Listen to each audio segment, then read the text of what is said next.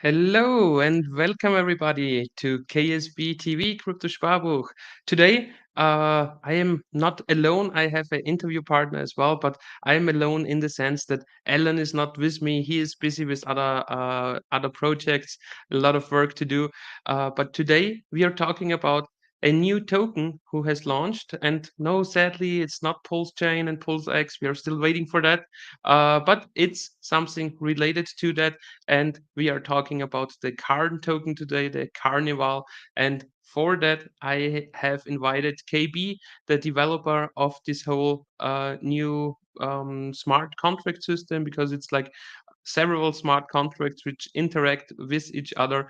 And today with KB, we will go over the projects and look into the ins and outs of the different things to do and on what impact it might have on the Ethereum blockchain and on the Pulse blockchain later on. So let's say hello to KB. Hi, KB. How are you doing? I'm doing great. How are you, KSB Lion? I'm doing good. Waiting like for the Pulse chain launch. I can't wait. I'm also enjoying the Hex prize, and then left and right there are new projects going live, and I also enjoy that because as a Hexican, I like to get the free money out of Pulse Doge, and now with Pulse Doge. We got Asic, we got Pulse Bitcoin, and now you come along and say, yo guys, I think we need to get more utility onto those coins and also onto Hex. And that's why you came out with Carnival, or that's then you came out with Carnival, and that's how we ended up here. So, KB, maybe to start off, you tell me a little bit about your crypto journey. Like when did you found out about crypto and what got you into the crypto market? Yeah, I would say around 2 years ago, a couple of my friends, in one of like our group chats, they were talking about Hex. At that point, I really wasn't into crypto at all. But after a while, they were talking about it so much, I kind of got intrigued and interested. I started to do my own research. And then, as you can imagine, I just went down the rabbit hole, and I basically never came out, never came out of the hole. All right, and that's a little interesting for me. So, do you have like a programming background, or how did you get into programming smart contracts? If you weren't in the group just 2 years ago. Yeah. Well, I've been programming since high school. I think Uh, my second or third year of high school, we had a programming class in a language called Visual Basic. Very, very, it was a long time ago. Not that long ago, but somewhat, somewhat long ago. mhm. We had like a programming team where we kind of competed against other schools, and we would stay for hours after school, just like making games and stuff. Using Visual Basic and Java and things like that. So I got started in there, and then I went to university, and I did more. I really got into Python in college, and I basically started specializing in Python. And my first couple of professional roles were also Python related. But yeah, once I kind of dipped my toes into crypto, that's where I started to understand smart contracts and things like that. It's if you have a real software engineer background, smart contracts make a lot of sense, and it's just Mhm. really cool to be able to build things. Like it's almost like every programmer's dream to build things that have a big impact on people, and can bring value to people. And smart contracts is one of the best ways. I think it's the easiest, best way to do that for people.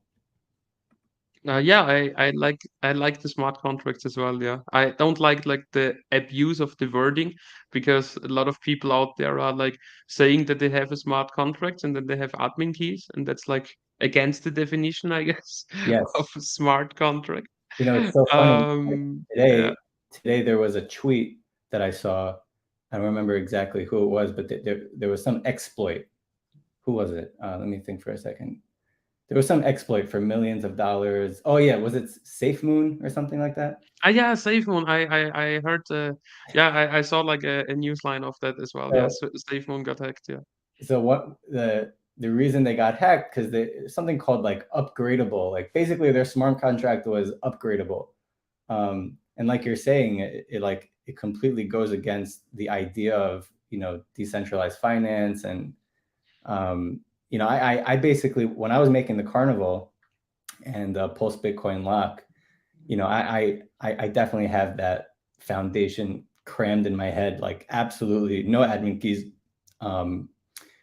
completely audited, no admin keys, 100% trustless, even to a point where there was one smart contract I was doing, the buy and burn, where I really thought there should be a small admin key.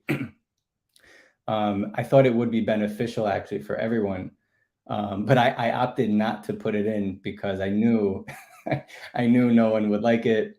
And Yeah, it would just lead to FUD, because like people would just like speculate maybe in a bad right. way. What people should understand is, yes, generally speaking, admin keys are bad and people have malicious intentions, and you should really, if you see something has admin keys or something's ownable, you really have to, scrutinize it. But at the same time, there are instances where it is beneficial. You just have to make sure there's no way it could be maliciously used to, take advantage of or something like that. Mhm. All right, KB. So my next question would be: is what made you like so excited in the Hex info ecosystem? So at first you found out about Hex, you got some Hex, you staked your Hex, you got like the free claim of PulseDoge, I assume, and then what happened? Like what made you like so excited about the Hex info ecosystem? Yeah, absolutely. It's a great question. I would say just watching Hex Info do what he did in terms of, what he created in terms of rewarding stakers with Pulse Doge, and even watching developers like Dipcatcher in the Maximus DAO system, and watching Alex creating Hedron. I would say those three people, and there might be others, but I would say mainly those three people like really inspired me, and really like light bulbs started to go off, like, wow, like you could really build cool things around this ecosystem. It's not, it's not just Hex and that's it. You could build things on top of it. You could add functionality. You could build really cool things. And just even, what was really cool was watching, for sure watching Hex Info create what he did, and especially not only creating Pulse Dogecoin, but then what he did with the Asic transformation and all of that. But With the what burning and all that, yeah. Yeah, what was really cool was, in terms of the Maximus DAO system, also inspired me was just watching Dipcatcher. He codes live. Like, I don't know if you've ever watched one of his live streams, but he codes smart contracts, and using Anvil, the front end. He does it all live, and he shows his screen, and you could see him coding it. I just thought that was awesome, and just the whole community is so inspiring. And yeah, I mean, that's really what got me into the whole ecosystem and wanting to build and kind of be a part of it. All right. So during like how has it been like the development phase of the Carnival smart contracts? Like were you like thinking about like everything how it's right now, like from the first day, or did you like edit or subtracted stuff during the process? How did it look like? Oh yeah, I mean, this whole thing started with Pulse Bitcoin Lock NFTs. I mean, the Carnival wasn't even a thought like back in December or whatever. Yes, Um, so just to clarify for everybody who is new out there, you are also the developer and founder of Pulse Bitcoin Lock? yes, that's how this whole thing started, because Mm-hmm. um, basically, Pulse Bitcoin Lock came out, and it's a very simple smart contract. It's like 15 lines of code, very simple. A very big impact, but very simple code. Basically, you lock up your Pulse Bitcoin inside of an NFT for a certain amount of time. you don't get any, well, originally you didn't get any rewards for locking up your Pulse Bitcoin. The initial purpose was for people to be able to save themselves from, you know, their quote unquote lettuce hands. And Yeah, like from the idea from the original Bitcoin, where like lots and lots of people who were into the system between 2009 and 2011 are just like regretting their decision to sell their Bitcoin and just saying like, ah, would have been great if there would have been like such a lock-up option that you just lock up like 10% of your of your totals or something like that, but for a long amount of time, because you will never need like this initial investment. Yeah, because 10% of your maybe 10,000 bucks, yeah, if it's a lot, would not be the world, you know. So exactly, out of this idea, it is coming out, right? 100%. And initially, let's say in like late December, early January, because there were no rewards for locking up the Pulse Bitcoin inside the NFTs, I literally got asked almost 100 times a day, "Hey, KB, what do we get for locking up our Pulse Bitcoin inside of these NFTs?" To the point where like people were started making memes about it. You know, there was like KB is the yield killer. He hates yield. KB, you know, doesn't like yield. He doesn't want to give you yield. He just wants you to lock up your, like things like that. Really funny memes. You know, the one where the group of people are carrying a coffin and they're dancing while they're carrying the coffin. So they had that one where yield was the coffin and I was the one carrying it. Whatever. It was really funny. All right, yeah. So essentially, like you're just fulfilling a need from the market, because they are just told you like, where is our yield for locking up our tokens? And Exactly. now a few months later, you come out like, here is your yield. Exactly. So initially my thought was, okay, I'll just create another ERC20 and, you know, kind of give it to Pulse Bitcoin lock NFT holders. But then I thought, well, people are just gonna, you know, FUD it, and they're gonna say, oh, that's just a dump token. Oh, it has no utility. Oh, it's just gonna go to zero. What's the point? So I just started brainstorming different ways I can give this new ERC20 utility, and that's really what led to the Carnival. It started off very small. It wasn't initially going to be, you know, 7, 8, 9 smart contracts. It started very small, and then almost like every 2 weeks that went by, I started to get another idea and then another idea, and you know, it just kind of all came together week after week. Nice. That's really cool to hear.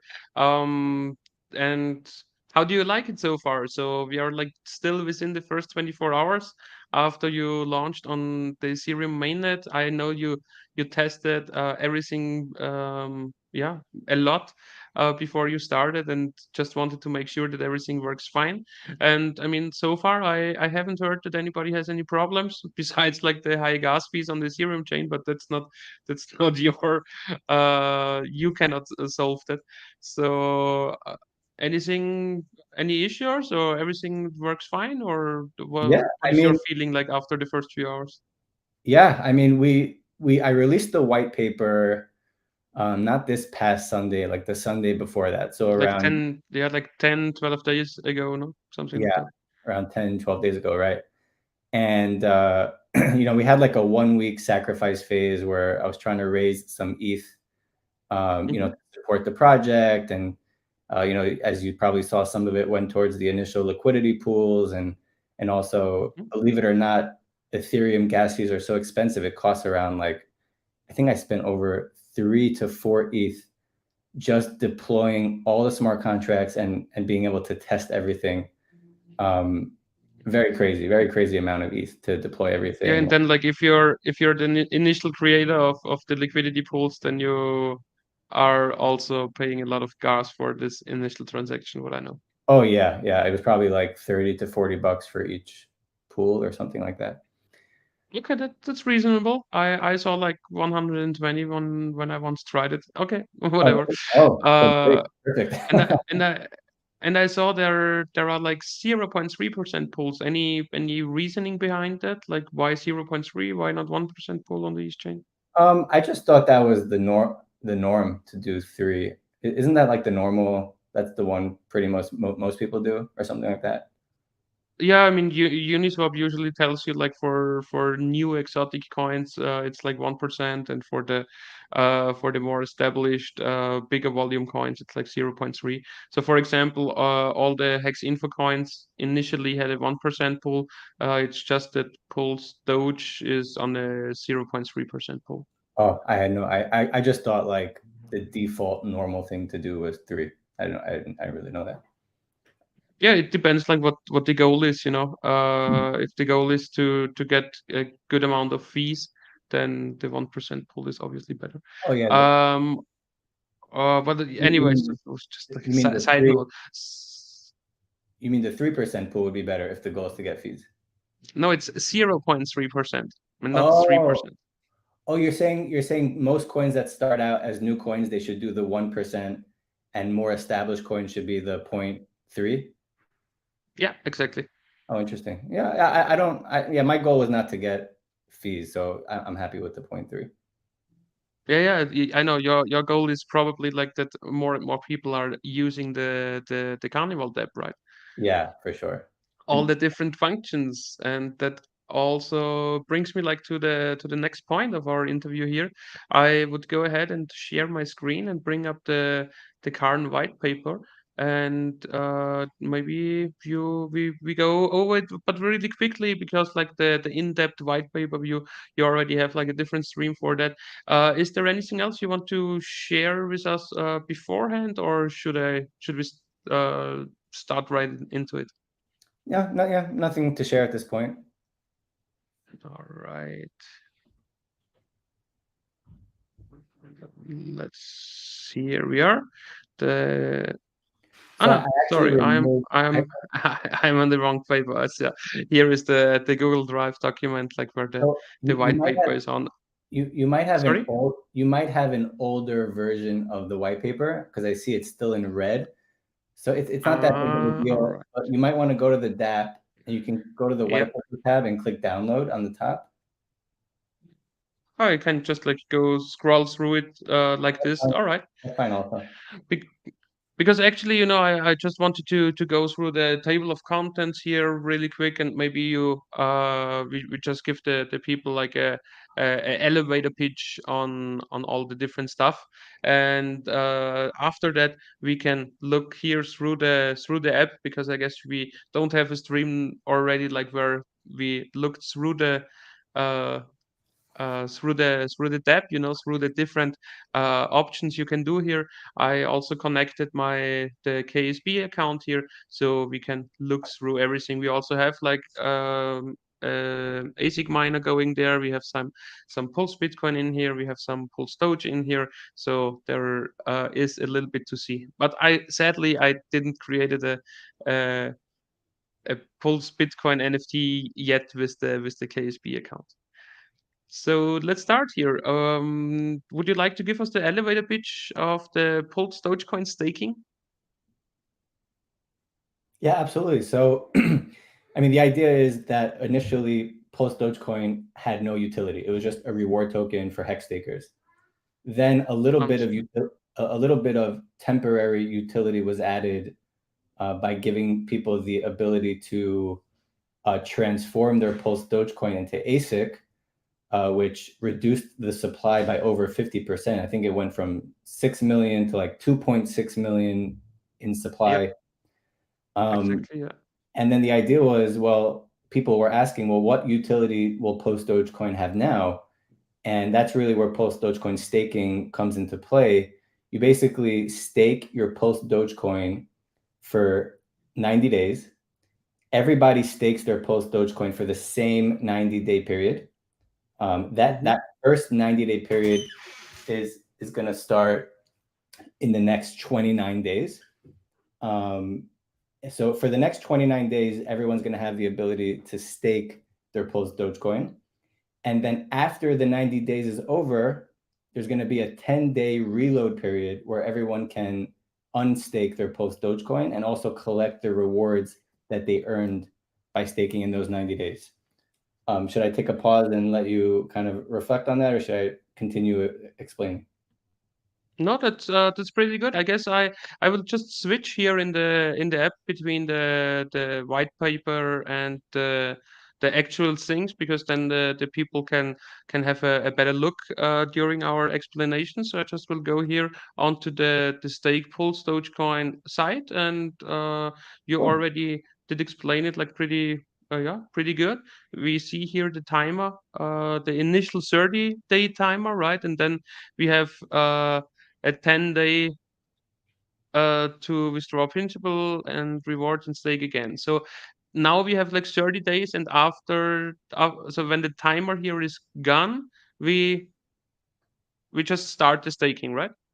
Exactly. When that timer goes to 0, if you scroll down a little bit, that button that says start staked period, anyone is going to be able to press that button after the 30 days, that first 30 days is over, and that'll start that 90-day period for everyone who has staked, in that first 30 days. So, I could press that button, anyone could basically run that function. That'll start the 90 days for everyone. And then during that 90 days, you have the option to emergency end stake, like you see that button right there, but then you could only withdraw 75% of your principal and you won't get any rewards. And the 25% that you don't get goes into the reward pool for people who do successfully stake. By the way, that whole concept is actually, it was definitely inspired by Maximus DAO perpetual stake, diamond hand staking. It's not exactly the same. There are a couple of key differences, and the code is completely different. But the idea is the same, where everyone is staking for the same amount of time. You have a certain time period to withdraw your principal and rewards. If you emergency end stake, you lose a certain percentage, and the rest of the remaining successful stakers get that extra percentage. So it's definitely has a lot of similarities to the perpetual diamond hand staking. Interesting. Anything else here? What is this here in the post Dogecoin staking? Like external benevolent I cannot pronounce that. I'm sorry, I'm German. Benevolent. So basically, those 4 functions serve really 2 main purposes. The first one, it actually scroll down and look at point number 9 on the staking instructions. You see point number 9? It says, the purpose of the external benevolent deposits functions above are mainly for other parts of the Carnival to distribute their revenue with the PulseDogecoin staking rewards pool. So basically, let's say the community Asic miner finishes a mining session and it gives 10% of the Pulse Bitcoin to the PulseDogecoin staking rewards pool. So behind the scenes, it's actually using one of those 4 functions above to distribute some of its reward, some of that Pulse Bitcoin to the PulseDogecoin staking rewards pool. So that's one purpose it has. The second one, which is the benevolent part, let's say you're a whale and you want to support the ecosystem, you want to support the stakers, you could just deposit money, or you could deposit one of those 4 coins, PulseDogecoin, Pulse Bitcoin, Asic, or HEX, into the rewards pool. You won't get anything in return. That's why it's called benevolent. But it's just like a whale's way of supporting the stakers and supporting the ecosystem, if that's something they choose to do. Nice, interesting. All right, okay. And there is already like some some Pulse Doge, some Pulse Bitcoin, some Asic, and some HEX pending. So at least this amount of coins will be split up amongst the stakers if nothing else comes into the reward pool. That's that's it, right? Or like what you see here, that's like the total of the reward pool for the Pulse Doge stakers. Right. So because like the community Asic miner hasn't finished a mining session, and a lottery hasn't ended. Also, we haven't even gotten the community hex staker going and things like that. Those are the parts of the carnival that will be contributing a percentage of their rewards to this pool. So obviously, like once those things get going, they'll start depositing like PulseDogecoin, Asic, HEX into this rewards pool. All right, that sounds cool. All right. Okay, let's go back here to the white paper. Then the huh?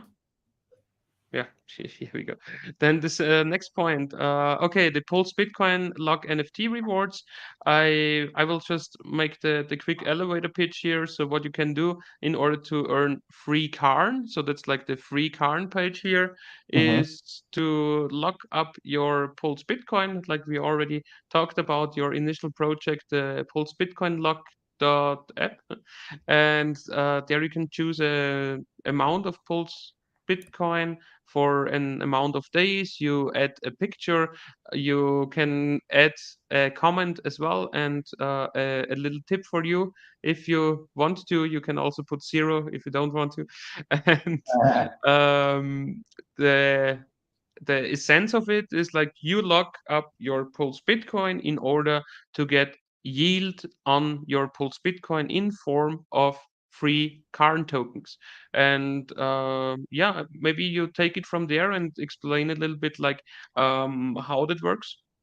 Yeah, absolutely. So basically, you get rewarded free Karn depending on how much Pulse Bitcoin you locked up, multiplied by how long you locked up, also multiplied by another factor of like 0.000015, something like that.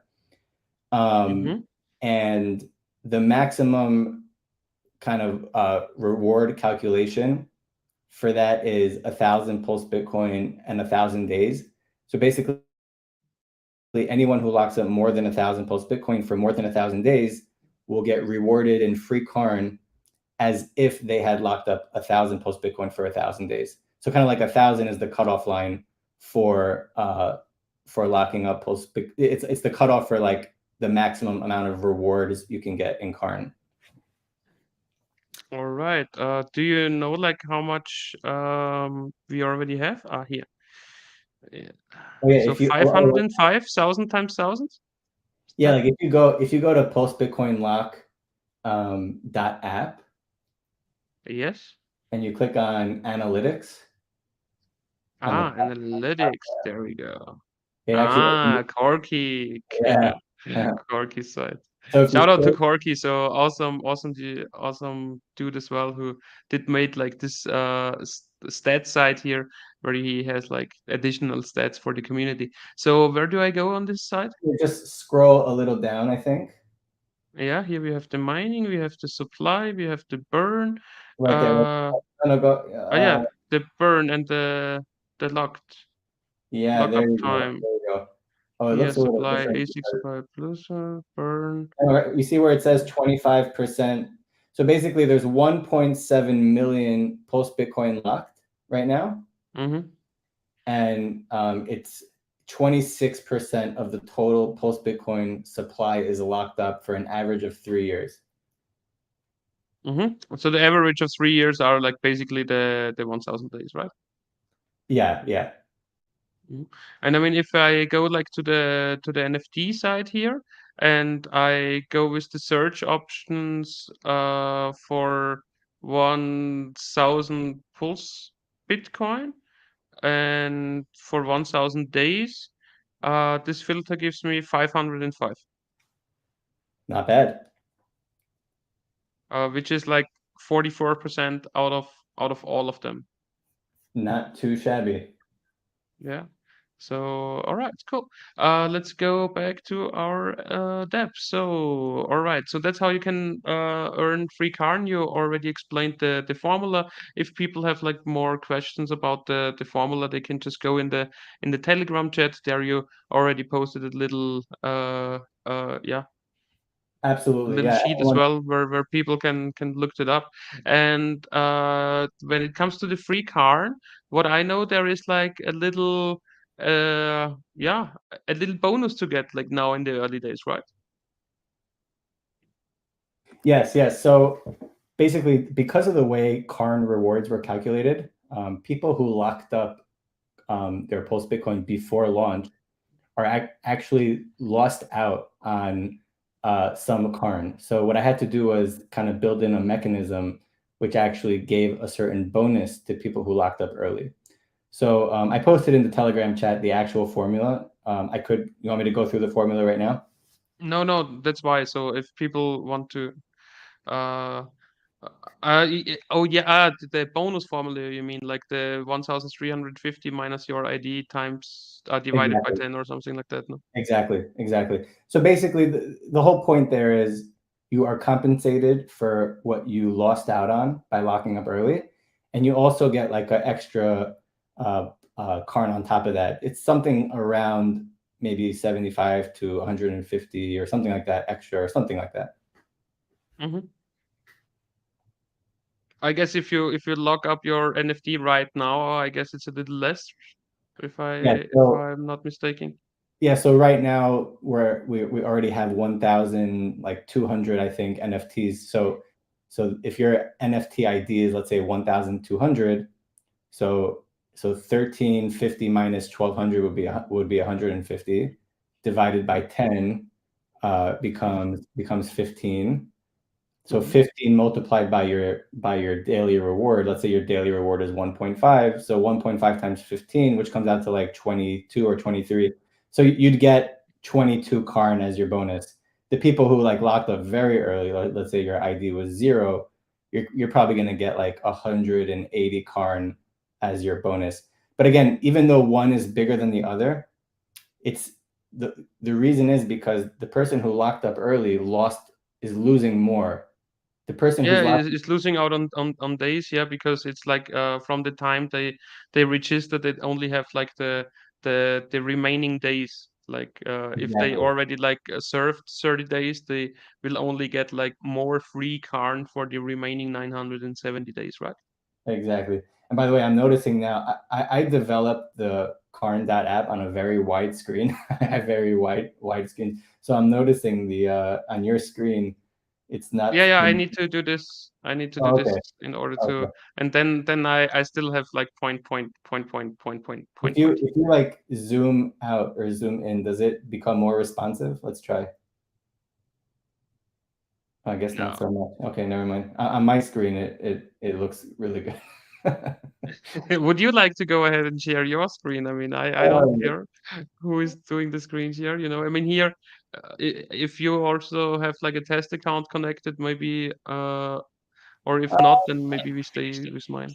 It's fine. I guess it's fine. People, it's basically the same thing. Yeah. But yeah, no, I'm not on a, I don't know, like, uh, widescreen here. I'm just like on a, what is that, 17-inch laptop or something? Oh, by the way, I will mention, if you see right there beneath the word free Karn, there's a little link. No, like it says bulk register / claim here, a little Ah, yeah, higher. yeah. Ah, yeah, So that's like the Corky side here as well. Yeah. right, for people who have a lot of NFTs and they don't want to spend the gas registering and claiming for each NFT, Corky Mm-hmm. built a bulk claim where you could basically register and claim rewards for all your NFTs all in one transaction, which saves a good amount on gas. Mm-hmm. Absolutely, yeah. So yeah, absolutely. So it's definitely worth it, and it's also working. I already like got feedback from somebody from my community who did do some NFTs and registered them with Corky's front end, and he already told me like he tried it out as well. Like here the front the front end showed him like $15 per registering, and then like with the bulk transactions it saved him quite a lot of uh, on fees, so it Oh, was nice. way less than like 15 times the amount he claimed. That's great. Yeah. It's funny, like in the early stages of developing this, I never imagined that people would be like, one person has like, I think 69 NFTs in one wallet. I never imagined for you know, for the life of me that people would be creating that many NFTs, and it just never. I just thought people would, you know, maybe create a couple, you know, but I never thought we would need a bulk register or bulk claim or something like that. I have some people in my community who are like already glad that it exists. So like they like it a lot what Corky is like Yeah, building it's there. great. It's amazing. Uh, yeah, it's pretty cool. All right, so if there are any questions like from the chat in regards to anything here or in regards to the free Karn, just go ahead and post it. I will just like go with KB over the structure here, and afterwards I will bring up all the questions from the chat, guys. What is the next point we have to talk about? I guess we have to talk about the Karn token boost. I mean, Karn token boost is for me it's like the least interesting thing of everything here. I don't know like how it's for you. Yeah, I mean, it's definitely not like as exciting as, let's say, the community ASIC miner, but it's basically like, you know, Karn has a max supply of around 6.2 million tokens. You know, 1 million of the initial supply goes into the post Bitcoin lock NFT rewards pool. 280,000 go into the Carnival benevolent address, and that's also where the SAC Karn came from. And then the rest And of the how much did the SEC address get? Like about 30 ETH or something like that? 40, I think 40 or 40, 45, okay. maybe 40.5, something like that. All Uh, right, so in total it's like 100,000 Karn, which will be which can be claimed from the sacrifices, and those Karn are from the how is your address called? OABA SA it's CBA, the Carnival Benevolent C Address. CBA. All right, good. We come up with a new word. Well, you know, like Hex has the OA, and then Hex I Info know. Hex has the BA, and then BA. Alex and Hedron has the SA. So I figured I'd come up with an interesting new one, CBA. All right, yeah. I guess it's part of the game.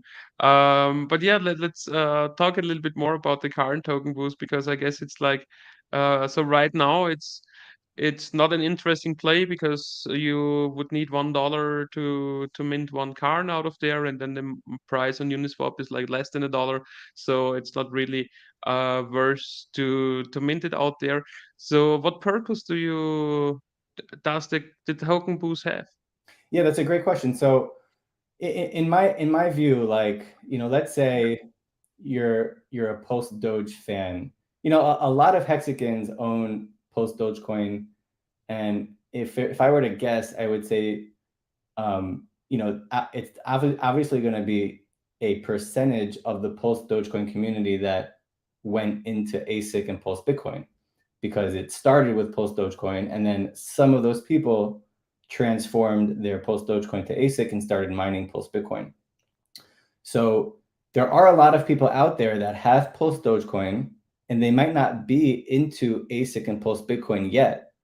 So what if you're a post Dogecoin holder, but you want to stake your post Dogecoin, because the rewards for staking post Dogecoin are going to be pretty high, but you don't have any Karn and you need 30 Karn to stake your post Dogecoin. So you have one option, which is to buy some post Bitcoin, lock it up in an NFT, and get free Karn, which in my opinion is the better approach. But if you don't want to do that, you don't want to buy post Bitcoin, you don't want to lock it up, it's not something you're into. So then you just you could either buy from the market, you can buy some Karn from the market, or you could buy from the token booth. Now, again, right now, the supply of the market value of Karn on the market is around like 70 to 80 cents. But again, the Mhm. price in the token and the price in the token booth right now is $1 per Karn. Every week, starting at week 3, that's going to get more and more expensive, and that sort of creates a ceiling for the price of Karn. And for some people might view that as a negative thing, like, why should there be a ceiling? We want the price to go higher. I actually view that as a positive thing, because at least in the beginning stages of the project, we don't want to make staking your Pulse Dogecoin that expensive. So we want to keep that 30 Karn at a I would say at a normal rate, and have it not go, let's say, above, 30, 40, $50, at least in the first, year or two or something like that. So the token booth kind of creates a ceiling for the price of Karn. And also for people who do want to, let's say you want to buy a large quantity of Karn, at least at this point, the liquidity pools for Karn are not that big. So if you want to buy a large amount and you don't want to get slippage, the Karn token booth is really the way to go. And half of the USDC that's used to purchase Karn from the token booth actually goes towards Watza. So the last time I looked, about an hour ago, there was already, I think, a little less than $2,000 USDC that went into the Watza pool from people purchasing Karn from the token booth. So obviously that's going to be a maximum of, let's say, 2.5 million. But yeah, over the next couple of years, I would imagine that the booth gets dried out, and that would be pretty good news, I would say, for the Watza NFT pool. All right. Yeah. I mean, I have a question in regards to that. I just saw like something in the chat. So shout out to Ryan Lopez, who gifted us $50. Great work, KB. Thanks for hosting KSB Lion. So thanks a lot, Ryan. Shout out to you as well. And also to the others. I see a lot of guys in the chat. So thanks for being here, guys. I hope you enjoyed. Again, all your questions, just put them in the chat. We will go over them in a moment. So you explained like that if the people are minting the cards through the token boost, that the Watza are getting pretty good rewards. So how does this rewarding go? So right now, if I'm like creating the Watza NFT like as fast as possible, is that better for me, or doesn't it matter like when I create them in those first 69 days, or yeah, tell us a little bit more about that. Yeah, absolutely. So the Watza minting phase is 69 days. So for the next, let's say, 68 days, there's a little timer there on top. 68 days and 3 hours, you'll be able to mint Watza on Ethereum. Because with USDC, because USDC will have no value on Pulse Chain, I built into the smart contract that you will not be able to mint Watza on Pulse Chain. That means the supply of Watza on Pulse Chain will strictly be from copied over Watzas on Ethereum over to Pulse Chain. That means any Watza that exists on Pulse Chain will be because someone minted it on Ethereum before the snapshot and it got copied over onto Pulse Chain. So that's an interesting game theory right there, because we don't know if it not already happened. I mean, I'm still 80% confident that it will only happen like a few hours before Richard tweets out Pulse Chain mainnet is live, and nobody knows like when this will be. But I assume that it will take place like a few hours before his tweet, or like a 1 hour, like not much than half a day like after, before he tweets Pulse Chain is live. But nobody knows like when he will tweet this, this. exactly. He's kind of, some people have speculated that he's kind of forced to create the fork block around a week or two before they go live, because if he doesn't more than that, then people's HEX stakes are going to start bleeding out on Pulse Chain. Let's say he decides on a certain fork block and he only goes to mainnet a month after that. Yeah, that's true. Yeah, that's true. Yeah, so if someone's stake ended, let's say, a couple of days after that fork block, but we didn't go live to mainnet for another month later, that person's stake is going to start bleeding out, and he probably wouldn't want people to go through that. So It's true. Yeah, it's a good so point. the question was like, is it the same if you mint you know, towards the beginning of the Watza mint period or towards the end, yeah, one school of thought would say that the earlier you mint it, the higher chance you have of getting the copy on PulseChain. And again, that's the only way to get Watts on PulseChain is going to be getting that copy, because you won't be able to mint it on PulseChain itself. Okay, and then let me go back to my screen share, so I can like put USDC in, and then okay, there are already 69 Watza NFTs in total with 52 point something B points, and in total for those 69 NFTs, oh no, we don't see like how much USDC were used for those, no? Or do we?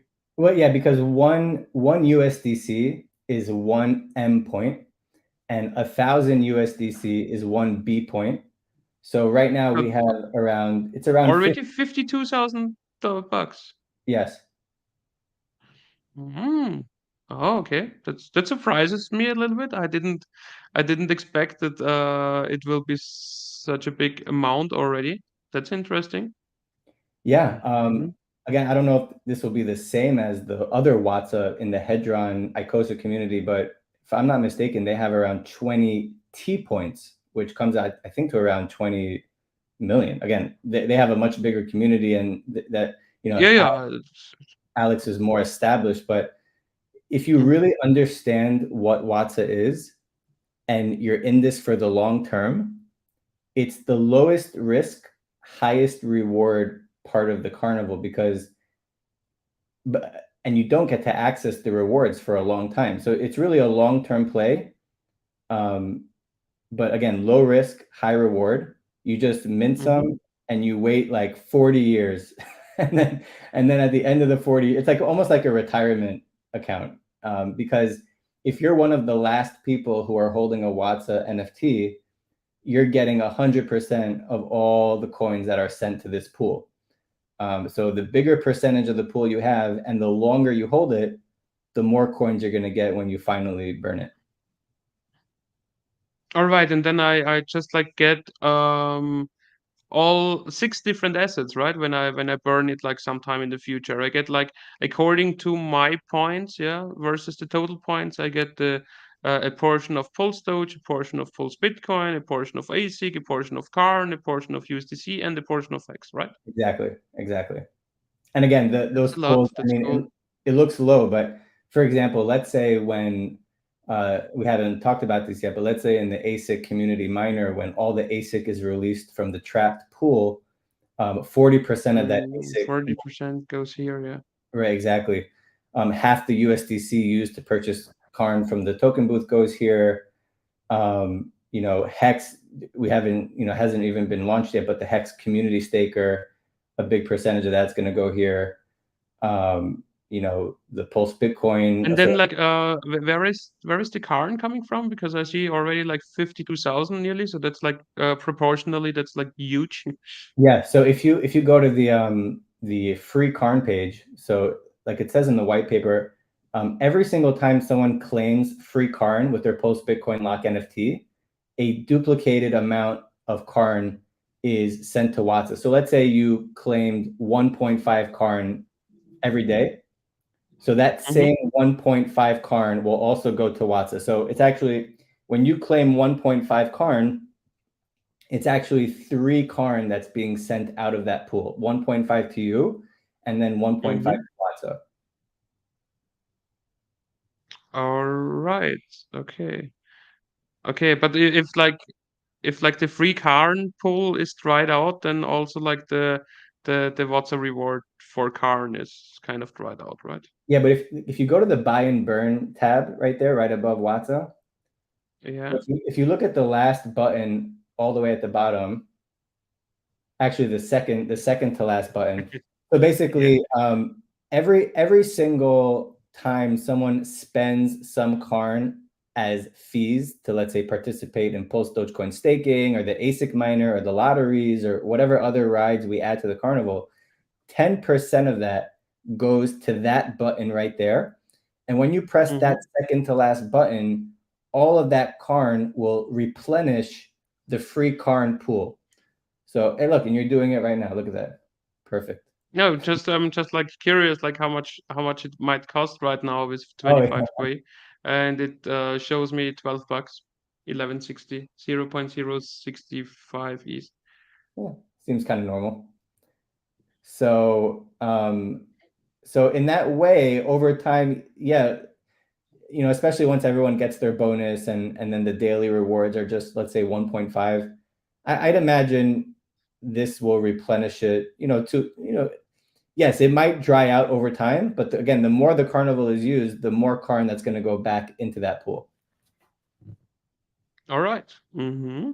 Interesting. Okay. So the best play might be to create your Watza NFT as early as possible to just make sure that you're getting your copy over to the Pulse chain. Yeah, I mean, I wouldn't say that's the only and best play because again, let's say you're interested in getting like, you know, quarterly passive income, right? So Watza will definitely not be the right move. You're going to want to do something, let's say PulseDogecoin staking, because every 90 days you're going to get rewarded and, you know, HEX, PulseDogecoin, PulseBitcoin, and Asic.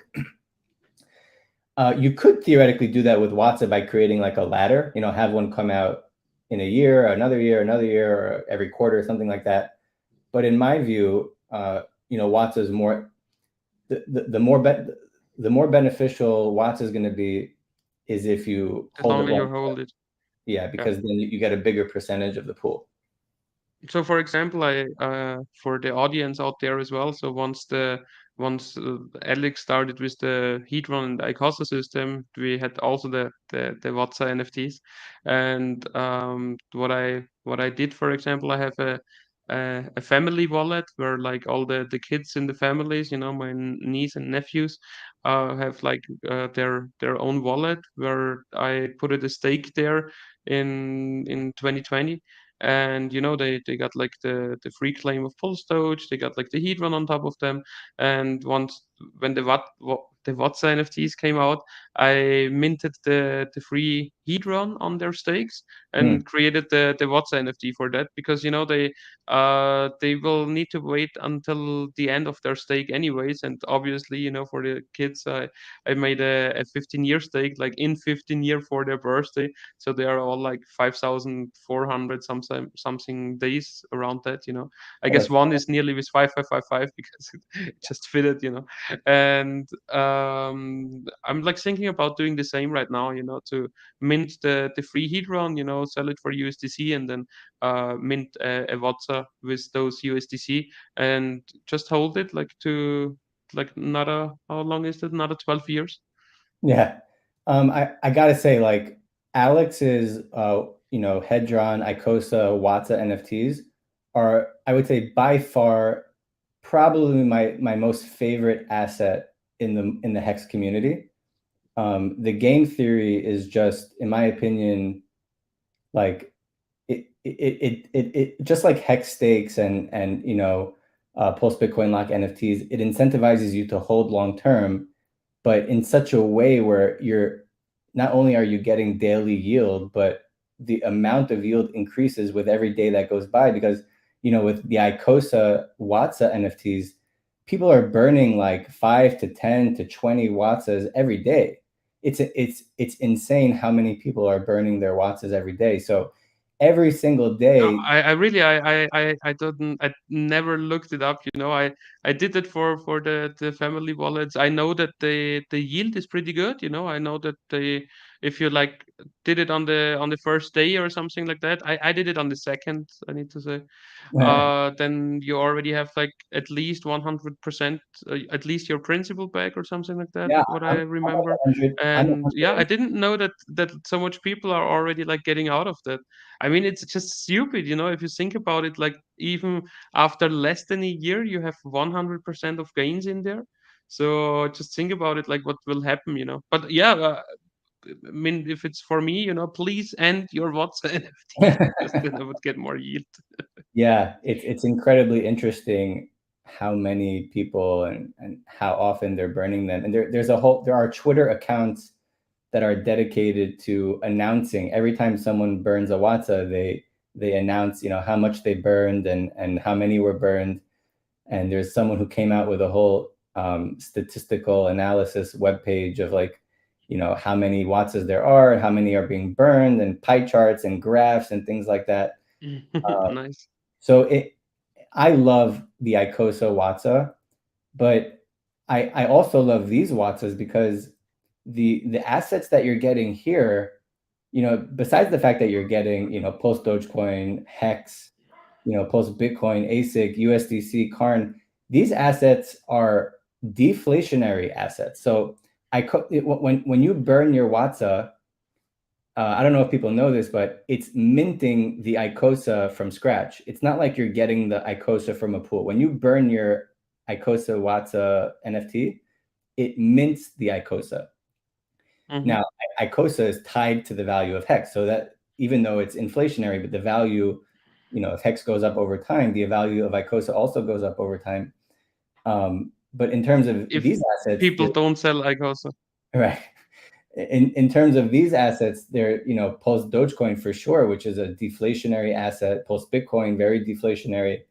You know, Karn, hyper deflationary. Asic, deflationary. But I mean, sorry, I have a little problem, you know, when people are just saying deflationary, because the definition of deflation is like that you have a total amount and it never goes over this total amount. So in fact, when it comes to Pulse Bitcoin, we just have a reduced inflation over time. And also when it comes to ASIC, we also don't have a deflation, because with the ATMs from time to time, like after each halvening, we might see an increase in the total supply as well. Yeah, that's a good point. I think some people for post Bitcoin, they use the word disinflationary or something, meaning it's a way to describe, yes, there is inflation right now because people are minting post Bitcoin, but the maximum supply is going to be 21 million. And out of that maximum supply, there are post Bitcoin that are being burnt. So the maximum supply of 21 million over time, that max is going down because there are post Bitcoin that are being burnt, you know, by people not ending their miners on time. And also my buy and burn function is going to be buying and burning post Bitcoin. So in that sense, you're right. There is post Bitcoin being minted. So they are being created, but the maximum supply of 21 million, that max is actually going down over time. And yeah, you have a good point with the ATMs. So in that sense, I guess you have more, even though that supply is also capped, and you know, you lose some of the ASIC is burned when you end a miner and things like that. I But mean, yeah, now you can like truly argue that PulseDoge now became a truly deflationary coin, because it was just like nothing, no inflation, no deflation, but you brought deflation to Pulse Dogecoin, I would say, because, you know, with your buy and burn token, you're essentially also buying and burning Pulse Doge. So yeah, congratulations, you brought deflation into Pulse Doge. yeah, it's amazing. It's almost like this project turns Pulse Dogecoin into a super coin because it's not only being bought and burnt, but it's earning you pretty good yield every 90 days. I mean, you're going to be getting HEX, you're going to be getting Pulse Bitcoin, ASIC, Pulse Dogecoin in yield. And, you know, over time, it's just going to be becoming more and more rare. I wouldn't be surprised. Right now, it's like 2.6 million Pulse Dogecoin in supply. I wouldn't be surprised if that got down to, you know, a million something, maybe even a couple of years, less than a million. It's going to be really wild this next couple of years. Do you really think that so much will get burned over time? Yeah. I mean, I don't see every single time someone pays Karn fees, let's say 30 Karn for staking Pulse Dogecoin, 10% of that is going towards buying Pulse Dogecoin on the market on Uniswap and burning it. So I don't know. If you, let's say, how many people do you think are going to stake Pulse Dogecoin? Let's say 100, 200, 1,000, something around there, right? Let's say. Yeah, yeah, yeah. I would also say I would actually say like more than 500 individuals might stake it. Right. So let's keep the numbers easy. Let's say it's 1,000 people who are Yeah. going to be staking PulseDogecoin. So 30 Karn per person, that's basically going to be 30,000 Karn. Out of that, 10% of that is going to be 3,000 Karn. Now, right now, Karn has a value of around 70 cents on the market. So if you take those 3,000 Karn, which let's say 1,000 is, it's a little more than $2,000, yeah, right. 2,100 if Let's we go say, with 70 cents. yeah, let's say it's $2,000, right? So every 90 days, if that stays consistent, that's $2,000 of Pulse Dogecoin being bought on the market and burned. And right now, Pulse Dogecoin is $5. So you could do let's say it's around 400 Pulse Dogecoin that are being bought and burnt every 90 days. Again, you might view that as a small amount, but over time, especially if the price of Karn goes up, which I have a feeling it will, then that's going to potentially buy and burn a lot of Pulse Dogecoin and these other coins too, Pulse Bitcoin, Asic, Hex. It's going to be buying and burning all those coins. Awesome. I like it. So I like it since like nearly 2 weeks ago when I first read this white paper here. So to not get distracted too much because it's a lot. It's actually a lot to talk about. But we have like two main things here remaining. What I know, we have the community Asic miner, and yeah, I would just say take it from there, KB. Explain what the community Asic miner will be. Yeah, absolutely. So the community ASIC miner is basically a way people deposit a certain number of ASIC coins into the smart contract, and then you don't get that ASIC back. You deposit the ASIC in, you never get it back. That ASIC remains trapped inside of the smart contract until So it's not like the normal miner, the personal miner, where I can like mine with the same ASICs over and over and over again. I just have like the little 0 point something fee. Exactly. Here, every Mm-hmm. time you put an ASIC into this community miner, you lose it. The only thing you get is a percentage of the Pulse Bitcoin that is mined. Now, you might ask, well, why would I put my ASIC in there if I'm never going to get it back? I might as well just do regular mining. I'll get my ASIC back, and then I'll get my Pulse Bitcoin back as well. Mm-hmm. The answer is, over time, the bigger and bigger that the community miner gets, the more incentive you'll have to put a little bit of ASIC in, because the amount of Pulse Bitcoin that's going to be mined is going to be worth a lot more than the ASIC that you're losing for putting in. So the minimum you could put in is 25 ASIC. So let's say, I'll give an example. Let's say 10 months from now, I spoke about this on Telegram as well. Let's say 10 months from now, there is 1 million ASIC in the community miner. And let's say, for example, you're the only one in that 10th mining session that puts in 25 ASIC. So if you're the only person participating in that 10th mining session, you're going to get 100% of all the Pulse Bitcoin that's mined with that 1,025 ASIC. So let's say that's around 75,000 Pulse Bitcoin. You're Yeah, getting the 10th mining session might be like even after the second halving. Oh, yeah. So let's say 37,000 Pulse Bitcoin. 1,500. Right. So you're gonna get, again, the chances of you being the only person participating are going to be small. But the point is, the bigger and bigger Small is good. It's right, like impossible, I would say. But yeah, go ahead. so the bigger and bigger that the community miner gets, the more incentive you have to put some ASIC. Now you might not want to put in your whole bag. The game theory really goes like, you want to put in as little as possible to get as much Pulse Bitcoin as possible. Because again, you're I going to mean, be my personal game story is like as follow, like to increase the ASIC months over months.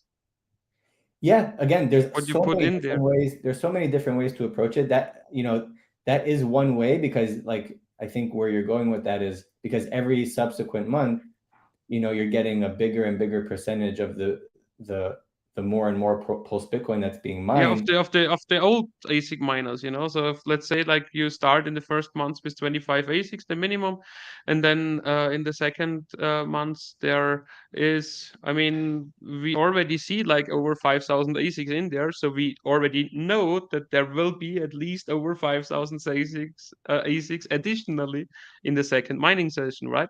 Right.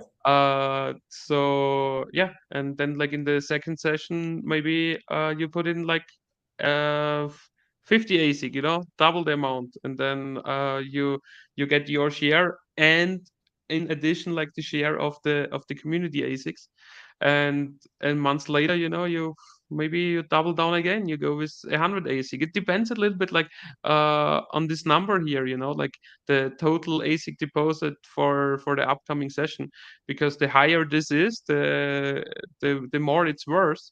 And then, you know, that then people are like triggered, like, should I continue with my own miner, or should I put like my 10,000 ASICs in there? Because if I put it in there, I would get like I don't know, four pulse Bitcoin worth of mining reward or something like that. Because, you know, if one bigger player, you know, takes a lot of his ASIC in 1 month in there, and all the others have like a little bit, then he would like scoop up 80-90% of this session, right? But he Exactly. would also lose out on his ASIC. So it's a really interesting game theory. I like it a lot what you made here with the community ASIC miner. Yeah, the game theory behind the community ASIC miner is the most interesting, dynamic. You really have to think hard about this one. You know, the Pulse Dogecoin staking is easy. You know, you stake, you unstake. You know, it's very simple. Not the only game theory there is like, you know, what percentage of the Pulse Bitcoin staking rewards pool do I want? Yeah, and the best thing, guys, is to bring others into stake their Pulse Doge, and then bring them to forget of their stake. No, That's like the best strategy for you. no, So no, no. no, just kidding here, you know.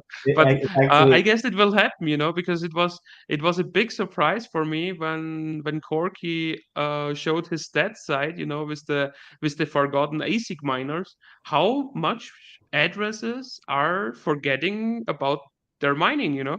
yeah, yeah. I mean, it's the same thing It with was shocking for me. it's Like, the same thing with Hex, with Asic. Yeah, it's very interesting that people will. And by the way, it's the same thing here with the community ASIC miner. If in the 5-day reload period you don't withdraw your Pulse Bitcoin, then it also goes towards the next set of session. successful miners. That's like total Pulse Bitcoin mined in previous mining session plus unclaimed Pulse Bitcoin is Exactly. 0 right now, obviously. Right. Okay. So that word unclaimed Pulse Bitcoin is going to be the people who forgot to claim their Pulse Bitcoin.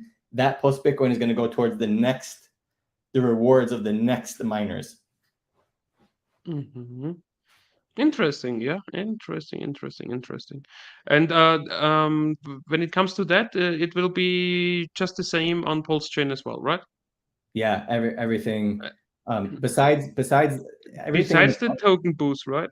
yeah, the token booth, the Watza, you won't be And the able to mint watches, yeah. Watza. You won't be able to buy Karn from the token booth on Pulse Chain because USDC will have no value, and the smart contract is going to prevent you from minting Watza and buying Karn from the token booth on Pulse Chain.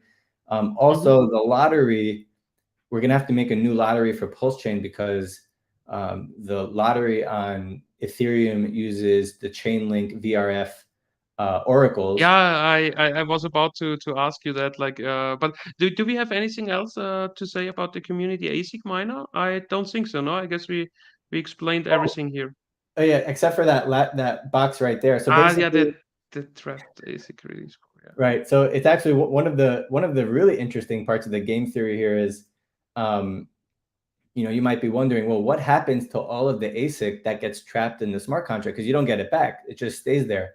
So what happens to it is that when this trapped ASIC release pool reaches 100,000 Karn tokens, all of that ASIC will be released 60% to PulseDogecoin staking rewards pool and 40% to the Watza reward pool.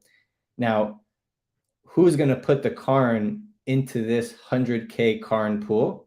Well, it's probably going to be people who are staking their PulseDogecoin and who own a lot of Watza, because those two people are going to have the most incentive to get the ASIC released, because they're the ones who are going to get that ASIC. So if you are a big player in the ASIC community miner, you're really going to want to also be staking PulseDogecoin and owning Watza, because if you're sad that you're never going to get your ASIC back, well, you actually can get it back, if not at least what you lost, if not more, if you have a pretty big percentage in the PulseDogecoin staking pool, and also a big percentage in the Watza pool.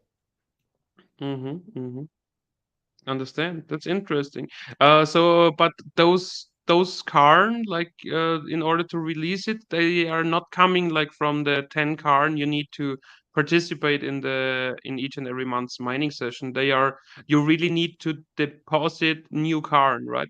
Exactly. That 10 Karn, that 10 Karn fee that you have to pay above, that goes straight to the buy and burn contract. And also, by the way, that 100K Karn, whoever puts that in there, obviously it's probably going to take a community effort to put that Karn in there. Right now, there's only one Karn that I put in just to test it.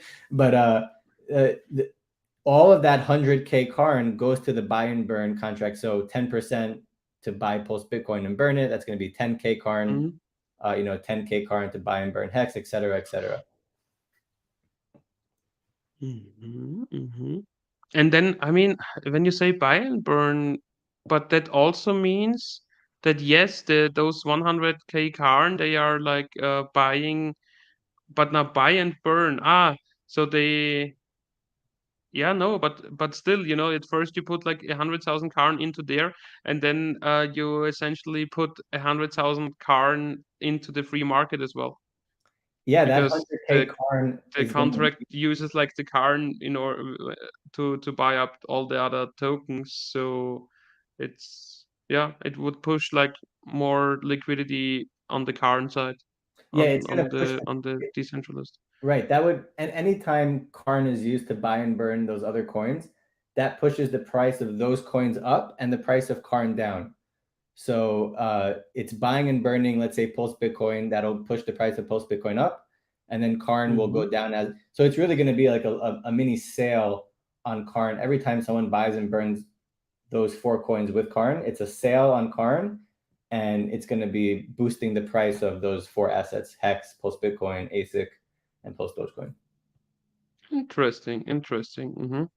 And then you already said that there is no Karn token boost on the Pulse chain side. So Pulse chain Karn might be a lot rarer than Ethereum chain Karn. Is that correct? Exactly, because 5 million of the initial supply of 6.2 million go into the token booth. If, let's say, the snapshot of Pulse chain happens before anyone buys any Karn from the token booth, so that means that Like 5 yesterday? million, that 5 million Karn will never exist on Pulse chain. That means that the supply of Karn on Pulse chain won't be 6.2 million. It'll actually just be 1.2 million. Yeah. Do you like this? That the supply of your coin is like different on different blockchains? I would say some would argue that makes it very bullish for Karn on Pulse chain, that it has a smaller supply. And that Some might argue that makes it very bearish for Karn on Ethereum. Again, I think the ecosystem will flourish on both chains, but I'm a little biased, obviously. But I don't think it makes it. It's honestly, it's a little bit of one of my concerns, because just look it up. It's like PulseDogecoin, so the premier meme coin for the Pulse chain ecosystem. We have the Asic miner where you need to do a transaction twice a month, like end the miner, restart the miner, which is also like benefits the Pulse chain ecosystem. Yeah, we have Pulse Bitcoin, so we have like 2 out of the 3 coins have like the name Pulse in there, in them, and I'm really a little concerned, what the community decides after the fork. So I it wouldn't wonder me too much, if after a few months it's like clear that nobody should buy those coins on the Ethereum chain anymore, and all the value is on the Pulse chain side. Or do you think that there might be also pools between the Ethereum and the Pulse chain side, like a PulseDoge pool from ePulseDoge and pPulseDoge? Yeah, I mean that is really Richard Hart's kind of philosophy when it comes to that concept. Is what you're going to want to do is take your let's say Pulse Bitcoin, pair it with the P Pulse Bitcoin, and give that a lot of liquidity, and that'll basically at least to some degree kind of bond the prices together. The more liquidity that you have between the E pair and the P pair, that'll kind of the prices of both assets will kind of move together. That's one The, way. the, the, the big question here is, can you trust the bridge? Yeah, it's a good question. Even I think Richard Hart has said that the good thing is you don't really, at least again, disregarding the concept I just said, you don't need to really I need to know. use the bridge, upon launch, because you'll have your copy. You can play with the coins over there on the Pulse chain side. You'll play with your coins over here. I guess for the few people who want to create those liquidity pairs between the E and P assets, they'll have to take that bridge risk upon themselves. I have a feeling, they're not going to release a bridge. They've been waiting 2 years. They've been working on this for a long time. I have a feeling it's not going to be like any other of these projects that come out. There's going to be one of these big exploits or something like that. And then another question, I hope I can ask you that as a developer. So when a bridge is there, is it automatically working like with all the coins you want to? Because I mean, I haven't looked too much into Polygon, but I don't think that you could like bridge in and out like just every coin you wanted, every token you wanted. What No, I I think remember, you needed to go like with Ethereum, right? I think I have a feeling the developers are going to need to establish, kind of which pairs are going to be bridgeable. They might create a way for people to add, coins to the bridge or something, or like, if there's enough demand, maybe they'll add it or something like that. But again, I don't know the exact details of how that will work. Yeah, but just based on the speculation right now, is essentially what you're saying is that there might not be a possibility to bridge those little known assets over. Yeah, anything's possible. I have a feeling that, a coin like Pulse Dogecoin, Pulse Bitcoin are, they're pretty well established in the community. I mean, if you go to have you heard of the project called Pulse Hot List? Yes, Yeah, so Pulse Hot List, from Victor and Felix, I guess they are yeah, behind it. Yeah, freepulse.io.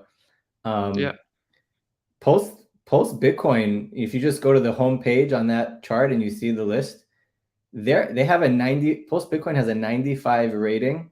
It's literally right underneath Pulse X.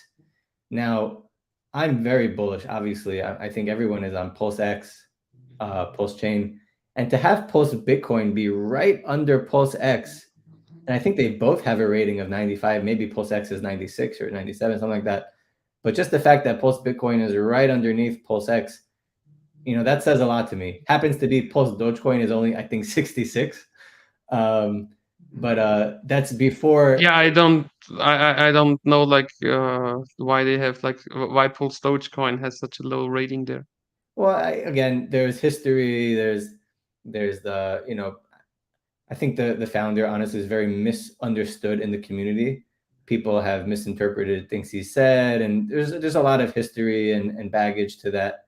So maybe that has something to do with. I'm not sure, but again, it has a score of 66. That's before the staking utility came along in the Carnival. That's before it's being bought and burnt.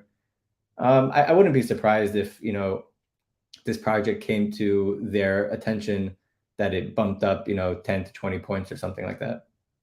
Mm-hmm. Awesome, cool.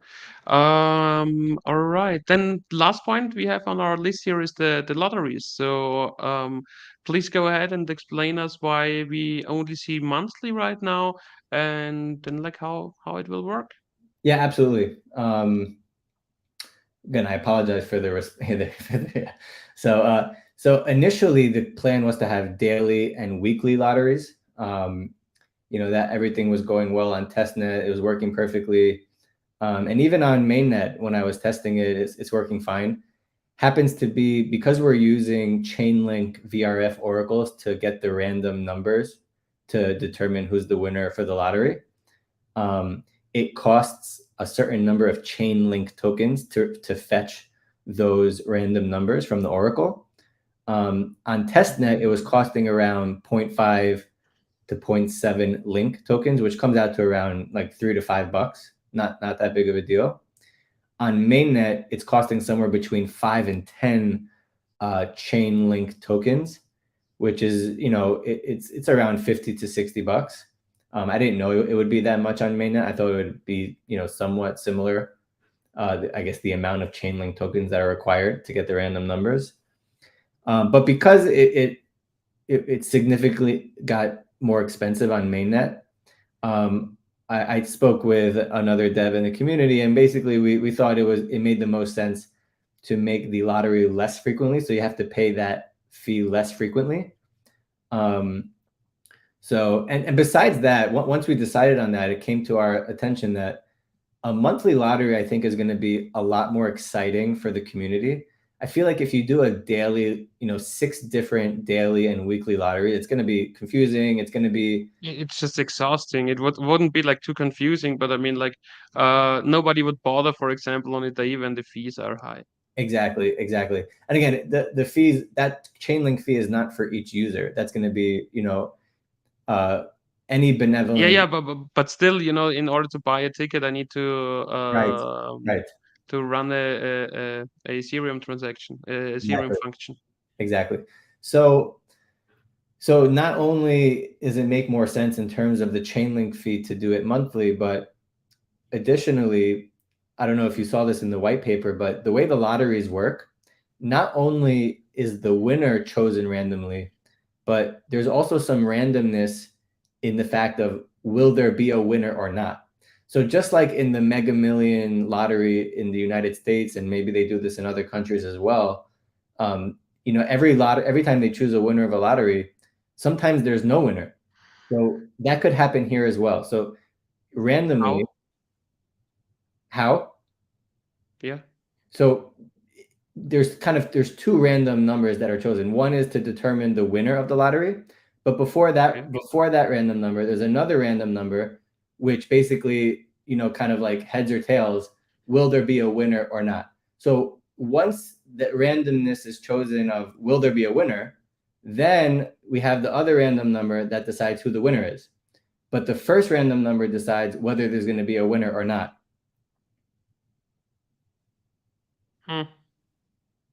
So I'm not sure if I like it right now. It's like, if I already have, like, because you said the first wheel is like if there is a winner or not. So it's like in all of the monthly lotteries, there is already a 50% chance that I lose out. No. So no, when I... Absolutely not. So when I say there's no winner, okay, the entire jackpot gets carried over to the next month. So for example, let's say there's 10,000 PulseDogecoin in the jackpot, and then we get to the end of the month and there's no winner.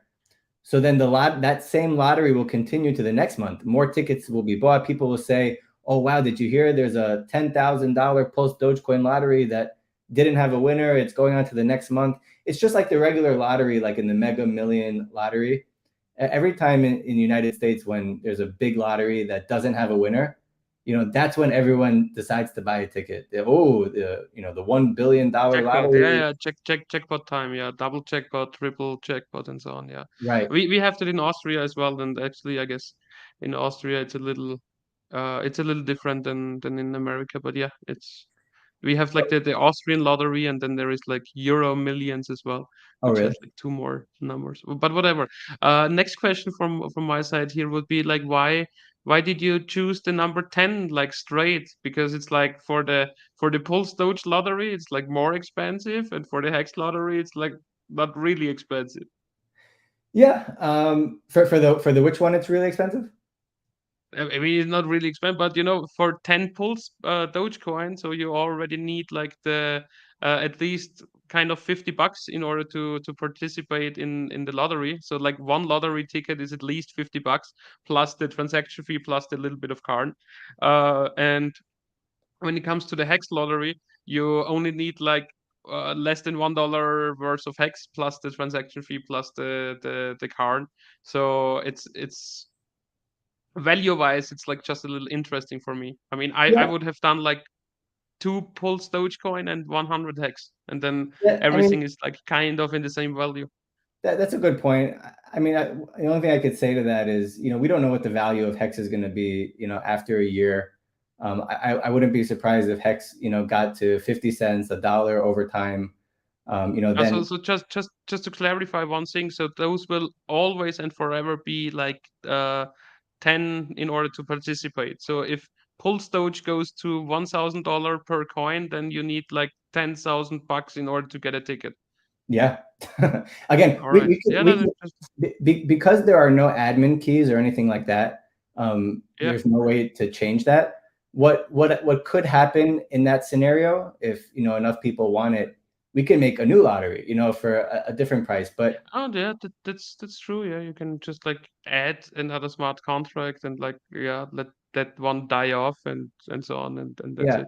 Okay, yeah, I this get was it. another. Because you also have like the options with weekly and daily lotteries, and you can also uh like uh uh do that or not do that. So and for this kind of function, you don't need an admin key, right? Or I'm not a developer. I don't understand too much of that. Yeah, no admin keys for any of this, and it's interesting because this is one of the cases where you might think admin keys would be beneficial because you would think it might be beneficial for someone to be able to fluctuate the price of the ticket depending on the price of the coin. But again, obviously, none of that is happening here with admin keys or anything like that, and which is why the Mm-hmm. price will stay constant. Mm-hmm. Yeah, just interesting. Like the PulseDoge lottery might be getting like really expensive over time. So it might be like a PulseDoge VIP lottery at a certain point of time. Yeah, I mean, it's definitely going to be people who started off with a lot of post Dogecoin, and they definitely made it in that. But again, Hex also, I wouldn't be surprised if Hex, post Bitcoin, they do another 10, 20, 50, 100X, something like that. Yeah, the lottery tickets there are going to be expensive also, and yeah, we could always create new lotteries, different prices. This is basically just what we have now. Mm-hmm. I will definitely go every month, like in the USDC lottery, like just out of curiosity. So if one more question, if I get more tickets, I increase my chance of winning or not? Yeah, for sure, 100%, Mm-hmm. 100%. Because what it's doing is it's basically the random. Let's say you have 100 tickets, so the random number is let's say choosing a number between 1 and 100. It's not exactly how it's working, but just to kind of like a metaphor to explain what's happening. So the Yeah. more of those 100 tickets you have, the bigger chance that the random number falls on you. Sure. All right, yeah. And then one more question. Don't you think that this lottery, the monthly lottery, will only get exciting for the people in like the last 2 days or the last day, you know, when they already see like how much the jackpot is? Because you know, as long as the jackpot is zero, nobody will like bother to put anything in, right? Yeah, I would say definitely. We just launched today, and I'm sure people Yeah, are yeah, kind of they're busy, staking their Pulse Dogecoin and looking at Watza and looking at the community miner. Yeah, definitely. So the way I view it is this. So 25% of the jackpot goes towards Pulse Dogecoin stakers, the Watza pool. Actually, this is actually breaking news. I didn't. This is new. and this is actually the thing I wanted to share on this stream that I told you earlier. Okay, so big announcement from KB after 1.5 hours here on the KSB TV Kryptosparbuch stream. KB, let's take it away. What is your big announcement of today's stream? Yeah, again, it's not that big, or but it is pretty interesting. So the originally I wasn't even going to have Karn and USDC lottery. It was just going to be PulseDogecoin, PulseBitcoin, Asic, and HEX lotteries. And originally it was going to be 20% of the jackpot going towards PulseDogecoin stakers and 5% going to Watza. That remains true for PulseDogecoin, PulseBitcoin, and HEX. But for the ASIC, the full 25% of the ASIC is actually going to be deposited into the community ASIC miner. That's the breaking news. So not only are you having people's contributions into the ASIC miner, which is going to build up the amount of ASIC in there, but every month you're going to have 25% of the ASIC jackpot also going into the ASIC community miner. It works. Does it work out? Because in a certain month there will be like it won't be ready yet, right? Because you have like the 30 plus 5 as the ASIC mining cycle, and here you have just 30 days, right? Yeah. So if the jackpot happens in the middle of a 30-day mining session, then it will basically carry over to it won't be used to mine next reward pool. Yeah. Right. It'll be used to mine for the next session after that. If the jackpot happens in a 5-day reload period, then it'll be used for that upcoming mining session. All right, understood. Okay, then we know what is going on in the lottery with PulseDoge, with PulseBitcoin, with Asic. With HEX, we know how it's working. How it is working with Karn and with USDC? Yeah, USDC, the full 25% goes to Watza. And with Karn, okay. And with Karn, if I'm not, let me think. I think 20% goes to Watza, 5% goes to the buy and burn contract. So 5% goes to the buy and burn, 20% goes into the Watza pool. And then again with the PulseDoge and PulseBitcoin, there we have there it goes to the PulseDogecoin rewards, right? Well, 20% goes to PulseDogecoin rewards, and also HEX as well. PulseDogecoin, PulseBitcoin, and HEX. 20% go to the PulseDogecoin staking rewards pool, and 5% go to Watza. I should really write all that on this page somewhere, so it's clear for people to see. Okay, so like to sum that up, if I'm participating in the ASIC miner, I might also think about getting a monthly lottery ticket of ASIC. If I'm a PulseDogecoin staker, I would think about getting into PulseDoge, PulseBitcoin, or HEX lottery. And if I'm like big into the Watza NFTs, I should think about getting into the USDC lottery. And if I just want to get more Karn, because you need Karn for playing around in all those things, you might also think about getting into the Karn. Right, and you said if you're into the PulseDogecoin staking, you might want to buy a PulseDogecoin, PulseBitcoin, HEX ticket. But also, if you're a Watza holder, you also have a pretty big incentive to get one of those 3 tickets as well. And another thing I'll say, if you're a Watza, 5%, right, the 5%. If you're a Watza holder, you also have an incentive, or if you're a PulseDogecoin staker or a Watza holder, you have an incentive to kind of, you asked before, well, who's going to be the first person to buy a lottery ticket if it's 0? Isn't the excitement only going to happen later? So if you're a Watza holder or a PulseDogecoin staker, you have an incentive to kind of get the ball rolling.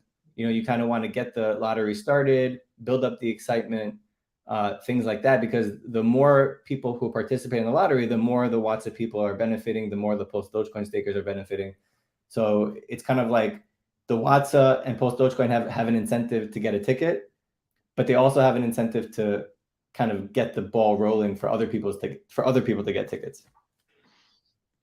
All right, sounds interesting. Sounds interesting. So as of right now, we still have like more than 29 days more on the timer, and like for all those games, guys, I would recommend doing that on weekends. You know, once the GUI are pretty low right now with 30 GUI, it's kind of high still, I would say. So you can still get that down like at least another third. You know, and that means that your transactions are also one third cheaper than if you would do it right now.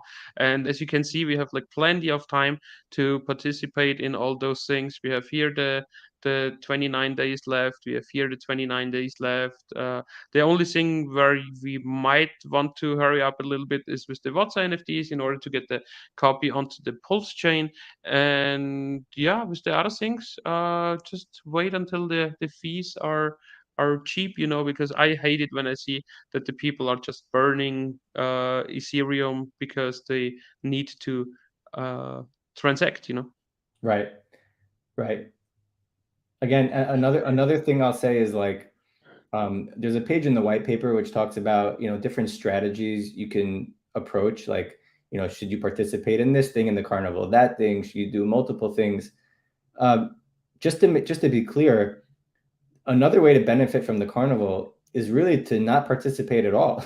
If you just want to buy Pulse Bitcoin, you want to buy Pulse Dogecoin, buy some Hex, buy some Asic, the carnival is going to pump the prices of those 4 coins. So if you just want to hold the asset and watch the carnival kind of work its magic on those 4 coins, that's definitely a valid approach. And again, if you want to lock up your Pulse Bitcoin and earn some Karn and then sell that Karn to buy more ASIC or buy more Pulse Bitcoin or buy more Hex, whatever you want to do, you don't have to be an active participant in the carnival to benefit from it, because the carnival is going to benefit those 4 coins, whether you specifically participate in it or not. All right, yeah, I just bring it up again. So if you go on the app on the white paper side and then you scroll like pretty far down in the white paper, you see like this possible strategy side what KB was talking about. KB, is there anything we haven't talked about when it comes to the whole Carnival system? I guess we covered it all right now, right? Or is Yeah. there anything missing? I mean, yeah, we definitely. Oh yeah, the faucets they were ready on testnet. Turns out the gas was extremely high to take for the faucets to work on mainnet. So I'm gonna tweak it a little bit and then release it at some point.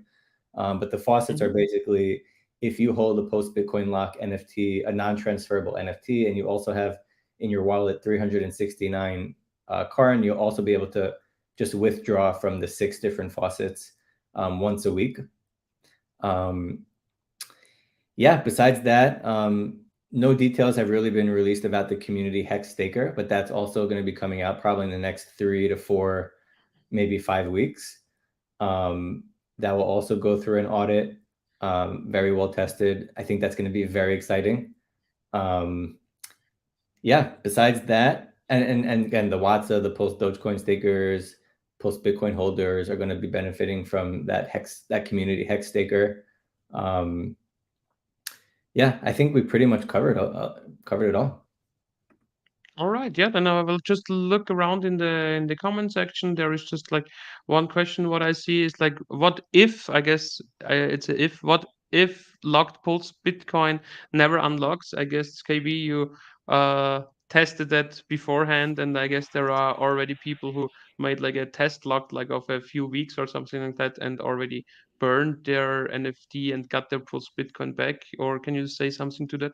Yeah, 100%. So yeah, for sure, I tested it obviously on testnet. Once we launched on mainnet, I tested it before releasing it. Many other people have done it. I think the last time I checked, there were like 9 to 15 people that did burn their NFTs and got their Pulse Bitcoin back. One of the beautiful things about Pulse Bitcoin lock NFTs is the simplicity of the contract. Again, I can't speak from the perspective of someone who doesn't code, but for someone who does code, if you just take a look at the contract, it's literally 2 functions. Each one is probably like 5 to 10 lines. Very simple, um, very hard to get wrong. It's like you lock them up, you wait a certain time, and you get them And back. you get him back. Yeah, Mhm. it's literally the whole thing. All right, perfect. And is there like now in the end of our stream, is there any final words you want to tell the audience? I want to thank the audience. I really appreciate the support people have given me, the positivity. Um, I think one of the things I was most afraid of before I launched Pulse Bitcoin Lock was people yelling scam, scam, scam. You see that all the time, but that didn't happen in the Pulse Bitcoin community, and I'm really appreciative of that. People have been so supportive. They've shown interest in the project. It's really inspiring to just be able to build for people and have people appreciate it. And I feel like we've done something really incredible with the Carnival. I think it's going to really benefit these 4 assets. And also I'll say, like, you know, I would say ever since Pulse Dogecoin was released to HEX Stakers, and then Asic, and then Pulse Bitcoin came along, there was a little bit of a rift between the two communities, I would say. I would Yeah, absolutely. I would say that. Yeah, I mean, it Right. was. I mean, I was there as well, and then it's kind of weird, There are still some people who are just abandoned the Pulse Dogecoin, even if like their their whole bag came out of Pulse Dogecoin. Right. What I would venture to say, though, is what's special about the Carnival is that it has the ability, the potential to kind of bring the two communities back together, because I this. think you made a lot of people salty already in the last few days because like just judging to the from the ratios. If you look up the ratio between Pulse Doge and ASIC and Pulse Doge and Pulse Bitcoin, I guess a lot of some people who are like all into ASIC and Pulse Bitcoin, I don't think if they like the price movement of the last couple of days. Oh, no, no. I'm not saying to bring post Bitcoiners together with post Dogecoiners. I'm saying to bring the Hex community. It has the potential to kind of bring the Hex community Mm, back to this kind of Hex info community, because there was that rift. But since this project is really benefiting Hex as well, it's kind of bringing both communities together. It's buying and burning Hex. It's buying and burning post Bitcoin, post Dogecoin. And it's locking up, especially like in Watza NFTs. A lot of these coins are going to be locked up for a long time, which mm-hmm. reduces sell pressure, etc. So if I'm a Hexican, if I'm a Hexican out there, and I look at this project and say, wow, that's a lot of Hex that's being bought and burnt. That's a lot of Hex that's being locked up. Wow, just wait until you see what this community hex staker is going to be. I mean, it has the potential to be like, breaking news in the hex community, especially as time goes on. So I'm really excited for that. Hey, and if some Hexicans decide, hey, wow, that post Bitcoin, post Dogecoin community is not so bad. Look what they're doing for Hex. That would be a win in my book. Mm-hmm. I Absolutely. I like it. Yeah. I also put out a meme where you have, the 4 boxes in a row, where the first one is, Pulse Dogecoin was given to hex stakers. And then you transform your Pulse Dogecoin into ASIC. And then you mine Pulse Bitcoin with your ASIC. And then you lock up your Pulse Bitcoin to get Karn. And then you use your Karn to stake your Pulse Dogecoin to get Hex. So it's like one big circle. You started off with Hex, and it led to this And one. you come back to Hex, yeah. Yeah, it all leads back to earning more Hex with your Pulse Dogecoin and your Karn.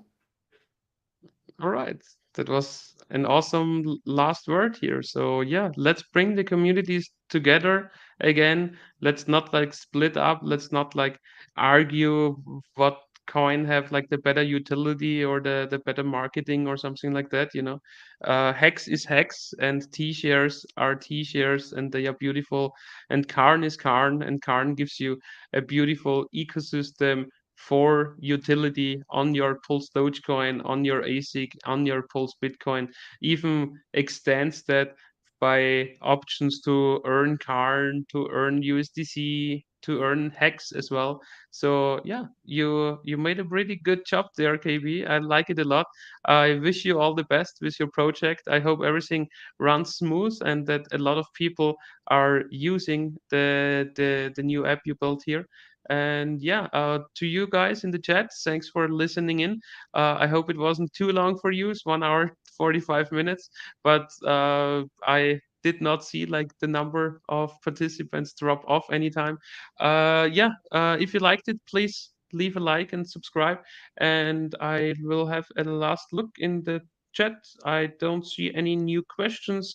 KB, from your side, anything else you want to mention, you want to add? How can we find you, and how can people stay in touch and ask all the questions when it comes to Carnival?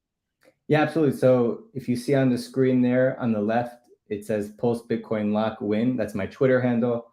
On Telegram, my personal handle is KB_dev. The actual Telegram channel for the Carnival is t.me/Pulse Dogecoin Staking Carnival. You can go to PulseDogecoinStakingCarnival.com. You can go to Karn.app. Always feel free to reach out on Twitter, in the DMs, on Telegram. I'm always on there answering people's questions. I really like the community. I'm really grateful for just allowing me to do all this for you. It's been a real pleasure over the last 3 or 4 months. So yeah, thank you to everyone. Thank you, and to you, KSB Line. What a great channel! What a great stream! Thank you so much. Yeah, thanks to you, and it was great, like having this conversation with you. Thanks for answering all the questions, and I hope also for you guys out there, you now know like what's going on, what you have to do, where are the clicks you need to do here, and yeah, I wish us all the best, and hopefully we yeah see some gains in the current system and in all the others surrounding it. And that's it, guys. Have a nice evening. We are out. Goodbye. Goodbye.